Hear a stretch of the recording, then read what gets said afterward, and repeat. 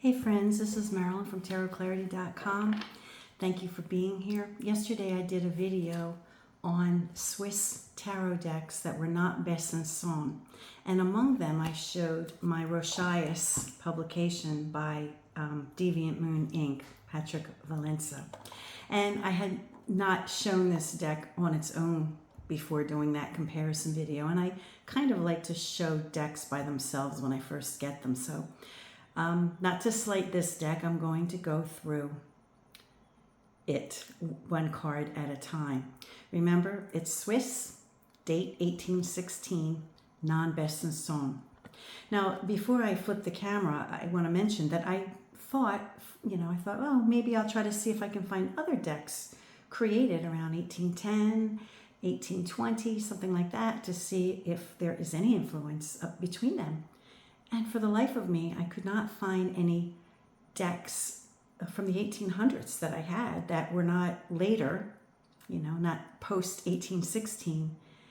It was kind of weird. The decks I have are like from the 1400s, maybe the 1500s, the 1600s, definitely the 1700s, and then the late 1800s, but nothing around the 1816 mark. So if there are decks from around this period of time, Italian or otherwise, and I think I went through all my Italian, and there might have been one or two that, like the Neapolitan Classico or something like that, that were Italian from like maybe 1810, but they bore no similarity whatsoever. I mean, the swords were daggers. I mean, there was nothing in common with this deck, so I didn't bother to use it. But anyway, so I'm going to just focus on this deck by itself and give it its little moment to shine by itself.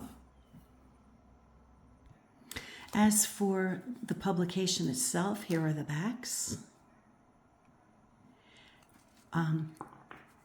It is a facsimile deck. Patrick Valenza has been acquiring historic tarot decks that have been in very good condition. I think with only one exception of the decks that I've purchased from him that are historic facsimiles, they've all been really, really good copies. And he doesn't manipulate them in any way other than maybe, making it a little brighter on the camera for certain cards that might be dark or whatever. It comes in a tuck box.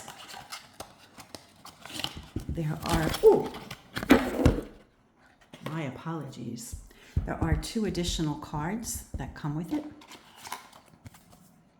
because I guess a run supplies 80 cards. So just an identifier card.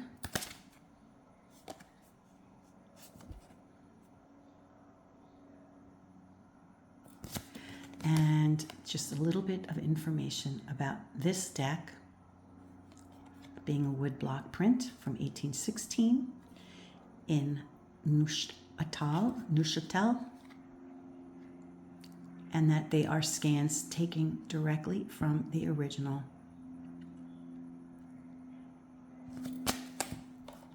My window is open. It's the first time since May that I haven't had air conditioning on in this house.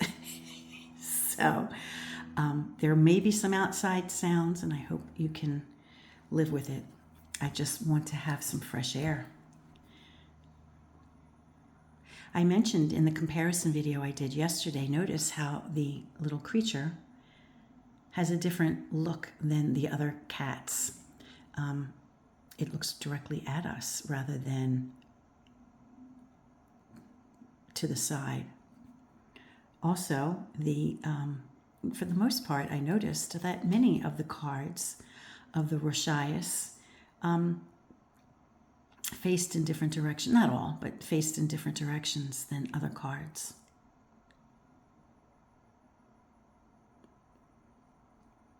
Notice his shoes. A little different than what we've accustomed to seeing. So every now and then we see a little embellishment of the culture where the cards were made, right?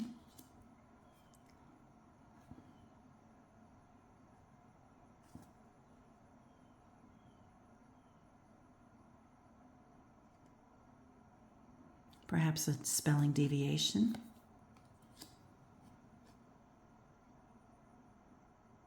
We don't see the folded legs of the emperor that we see almost universally in TDM style cards. I commented how we see the hands. It could be an optical illusion.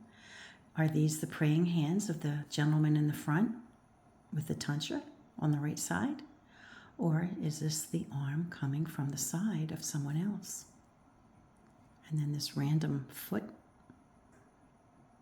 And a little bit of a disjointed design over here of the second individual.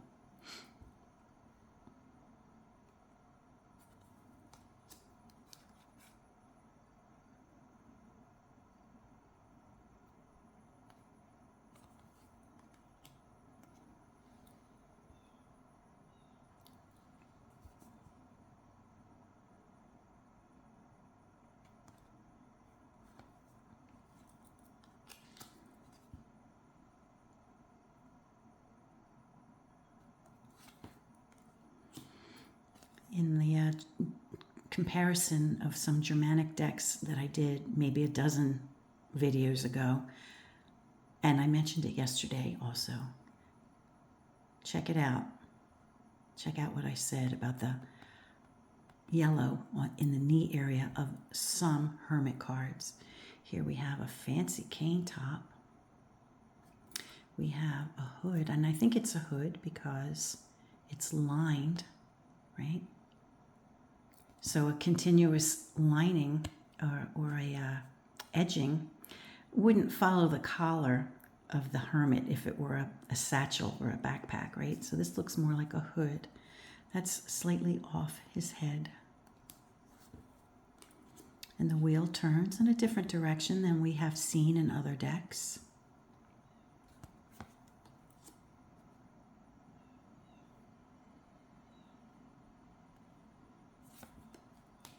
Again, different shoes.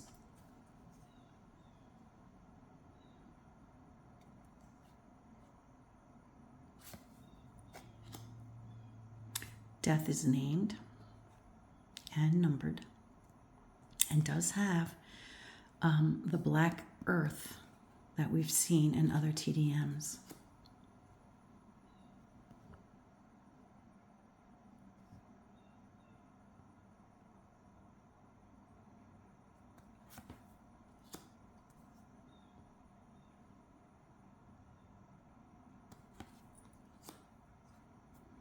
Direction of the divine intervention, if that's what it is, and the orbs, 3 windows, individuals falling, and the title, the House of God.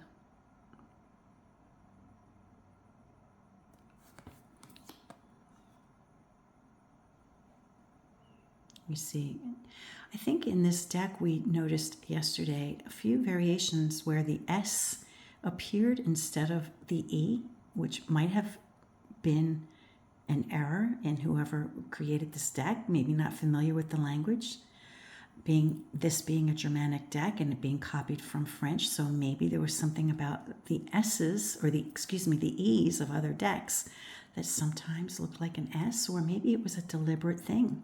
Who knows, maybe the spelling with S's in some words meant something in the Germanic language, I don't know, of the Swiss.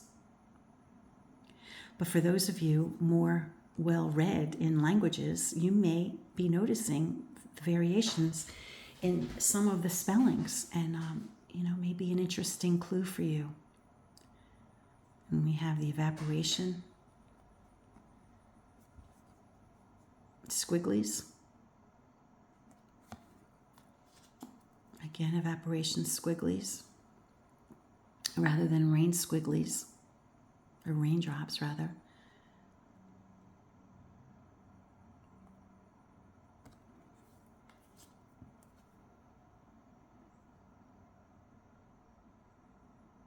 We have the flag on the trumpet on the angel card. which we call the Judgment. Okay, the World card. We have the backward C,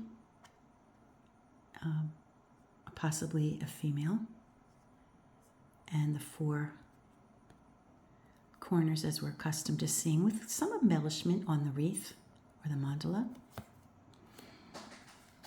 Now this is an exciting sword card. Coming, it could be a left hand, right, coming this way. Yeah, I guess it could be the left hand with the thumb being on the back side. I don't think I recognized it like that yesterday, but I was wrong probably. And if it's supposed to be the right hand, I don't think it is, because if it's supposed to be the right hand and it's coming this way, we would have it like this and the thumb would be, and if it was the back of the hand, of the right hand, we wouldn't have the thinner, the pinky down here, right? So this must be the left hand.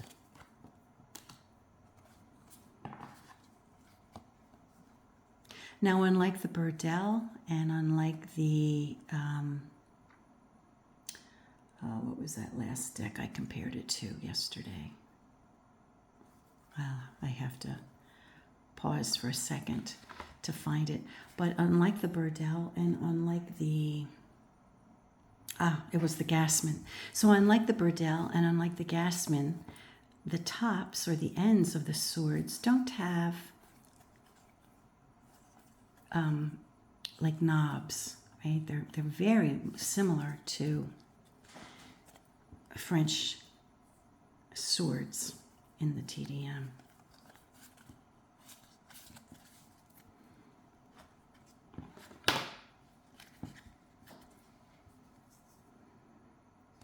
And I believe with all of the court cards in the Rochias deck, I think they all face in the opposite direction of cards from TDM that we're accustomed to seeing. Interestingly, the Rochias, though being Swiss, does not have the cup that I am accustomed to seeing for Swiss and perhaps Germanic decks. The only cup ace that was that I would describe in the comparison that I showed yesterday was the Gassman. We have a rather almost standard looking Ace of Cups. Commented on the happiness of the Two of Cups. I've commented on that in many videos, where the Two of Cups and the Four of Coins of some Swiss decks have a very festive, celebratory look to them.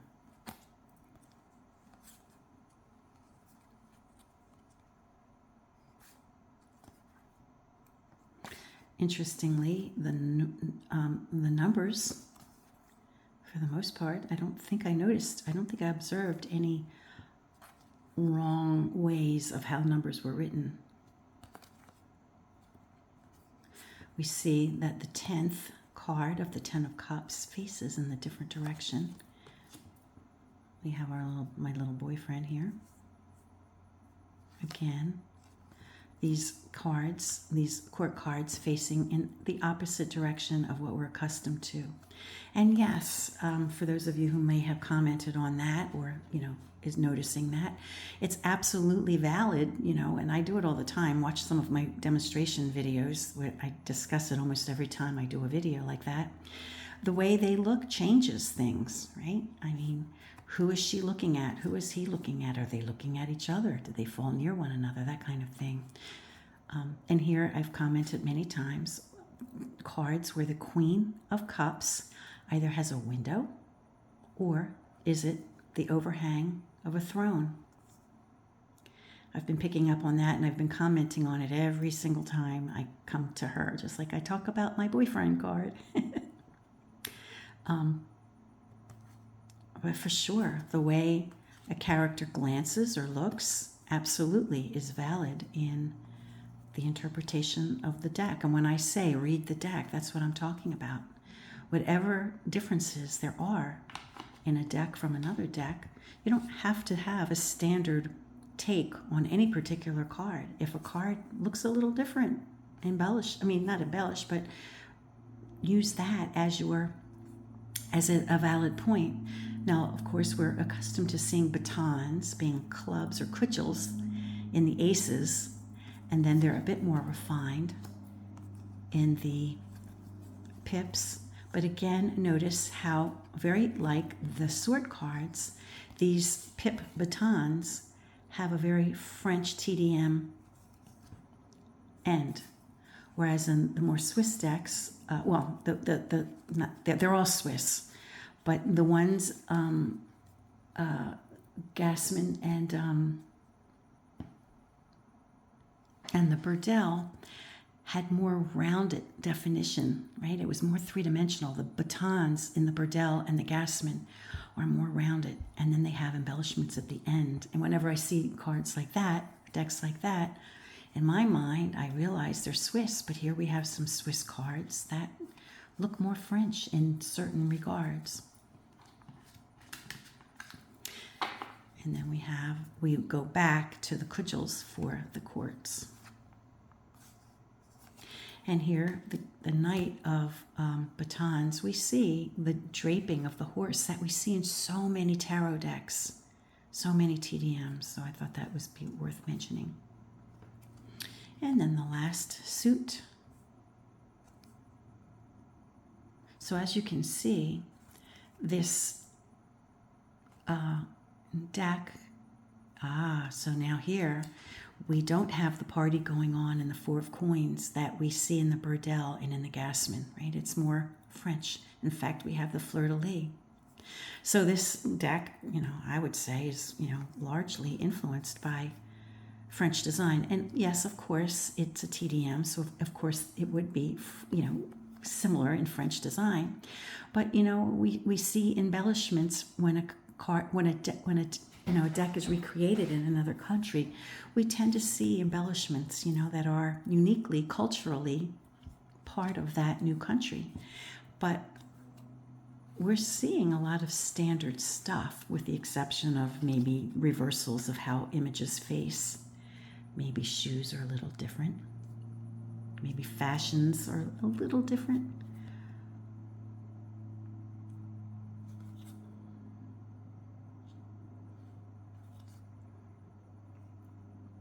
Well, there we have it. Short and sweet, under 20 minutes. I hope you enjoyed this video. As always, please give me a thumbs up. Please subscribe.